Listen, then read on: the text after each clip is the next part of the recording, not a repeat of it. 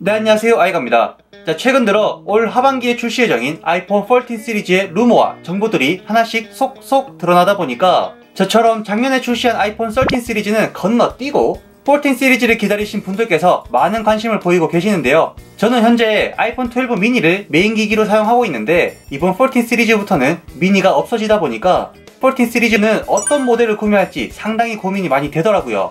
그래서 저처럼 일반 라인업을 구매할지 혹은 프로 라인업을 구매할지 고민하시는 분들을 위해서 지금까지 공개된 루머들을 토대로 주목해보아야 할 포인트 3가지로 깔끔하게 요약해서 말씀드리도록 하겠습니다. 그럼 함께 만나보시죠. 아이폰 14 뭐 살지 고민된다 이가!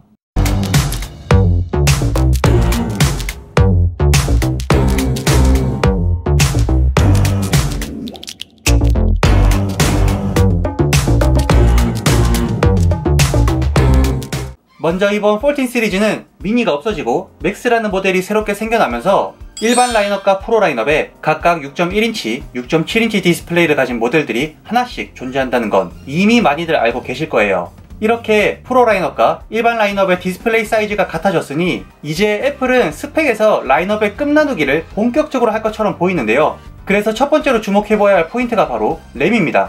지난 3월 애플 분석가 밍치거는 14 시리즈의 일반 라인업에는 기존 13 시리즈에 사용되었던 A15 칩셋을 그대로 유지하고 프로 라인업에만 새롭게 개발되는 A16 칩셋이 탑재될 것이라고 얘기한과 동시에 4개 모델 모두 6GB 램이 동일하게 탑재될 것이라고 얘기했습니다. 하지만 여기서 주목할 부분은 일반 라인업은 LPDDR4X, 프로 라인업은 LPDDR5가 탑재될 것이라고 했어요. 우선 일반 라인업에도 동일하게 6GB의 램이 탑재되는 것은 상당히 긍정적인데요. 지난 13 시리즈에는 미니와 일반 모델에는 4GB의 램을 탑재하고 프로 라인업에만 6GB 램을 탑재하면서 끝나누기를 진행했었거든요. 그래서 동일한 6GB 램이 전 모델에 탑재되기는 하지만 LPDDR4X와 5로 세대가 다르다고 하니 어떤 차이가 있는지 이해하기 쉽게 말씀드리면 LPDDR은 로우 파워 더블 데이터 레이트의 약자입니다. 즉 낮은 전력으로 데이터를 2번 전송할 수 있다는 얘기인 거죠. 초창기의 싱글 데이터 레이트, 즉 SDR은 예를 들어 사람이 24시간 동안 한 가지의 일만 할 수 있다면 더블 데이터 레이트, DDR이 탄생하면서 24시간 동안 2가지의 일을 할 수 있게 됨으로써 그만큼 일의 효율이 높아지게 된 거죠. 그래서 LPDDR의 숫자가 높아질수록 데이터 처리 속도가 빨라지고 소비하는 전력이 낮아지면서 더욱 효율성이 높아진다고 보시면 됩니다. 자, 이렇게 아이폰 14 시리즈는 일반 라인업과 프로 라인업에 AP의 세대 차이를 둔과 동시에 램도 용량은 동일하지만 세대 차이를 한 번 더 줬다 라고 보시면 될 것 같은데요. 그런데 하지만 프로 라인업 구매를 희망하셨던 분들께서는 6GB 램 용량 탑재는 솔직히 조금 많이 아쉬울 것 같아요. 자, 그리고 두 번째로 주목해볼 포인트는 바로 디스플레이입니다. 먼저 이번 14 시리즈의 처음으로 노치 디자인이 사라질 것이라고 하는데요. 하지만 이것도 프로 라인업에만 펀치홀 디자인이 적용되고 일반 라인업은 노치가 유지되지만 사이즈는 줄어들 것이라고 합니다. 렌더링 이미지를 보시면 일반 라인업은 줄어든 노치 안에 전면 카메라와 페이스 아이디 기술을 지원하는 트루뎁스 카메라 및 적외선 카메라, 그리고 도트 프로젝터가 들어가 있고 프로 라인업에는 전면 카메라 펀치홀 하나와 그 옆에 적외선 카메라 및 페이스 아이디 센서가 위치하면서 듀얼 펀치홀 디자인이 적용될 것처럼 보입니다. 그리고 노치뿐만 아니라 일반과 프로 라인업은 디스플레이 주사율에서도 급을 나눌 것 같은데요. 초기에 나왔던 루머에서는 14 시리즈 모두 120Hz 주사율을 적용한 프로모션 디스플레이를 제공할 것처럼 보였지만 디스플레이 분석가인 로스 영이 가용성 부족으로 프로 라인업에만 120Hz를 지원할 것이라고 본인의 트위터에 공개하면서 일반 라인업은 60Hz 주사율이 적용될 것처럼 보입니다.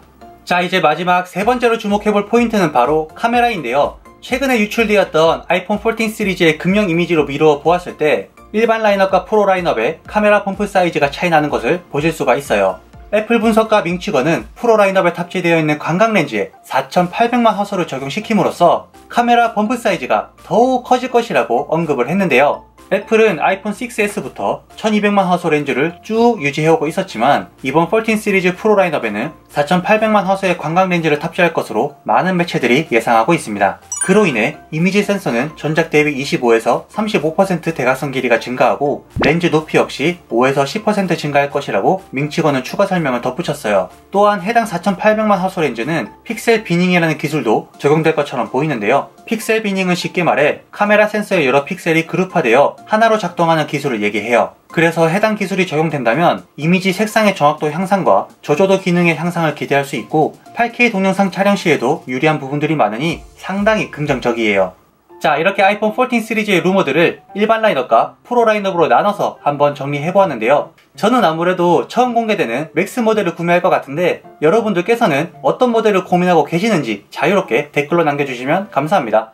그리고 마지막으로 간단히 아이폰 14 사전 예약과 관련하여 광고 내용 전달 드리고 마무리하도록 하겠습니다. 폰의 달인 카페는 작년 Z 플립 3부터 저와 함께 신규 제품 사전 예약을 진행해 왔는데요. 아직 아이폰 14 시리즈의 스펙이나 출시일이 정확히 공개되지 않았다 보니까 사전 예약이 아닌 사전 예약 알람 신청을 받고 있습니다. 실제로 14 시리즈가 공개되고 사전 예약이 시작되면 문자 알림을 받아볼 수 있고 그때 제품 스펙이나 가격, 할인 등을 체크해 보시고 구매 결정해 주시면 되니 편하게 알람 신청해 주시면 좋을 것 같습니다. 그리고 출시되고 난 후 사전 예약 진행해 주시면 통신사에서 제공하는 공시지원금이나 선택약정 할인은 당연히 받아보실 수 있고 추가로 프리미엄 사은품이라고 해서 기기값 할인부터 갤럭시 탭, 스마트워치, 에어팟 등 다양한 사은품 중 하나를 선택해서 중복으로 받아보실 수 있으니 이 부분도 확인해 주시면 좋을 것 같습니다. 또한 액세서리 쿠폰과 구매 후기 사은품도 준비되어 있으니 사전 예약 알람 많이들 신청해 주시면 좋을 것 같습니다.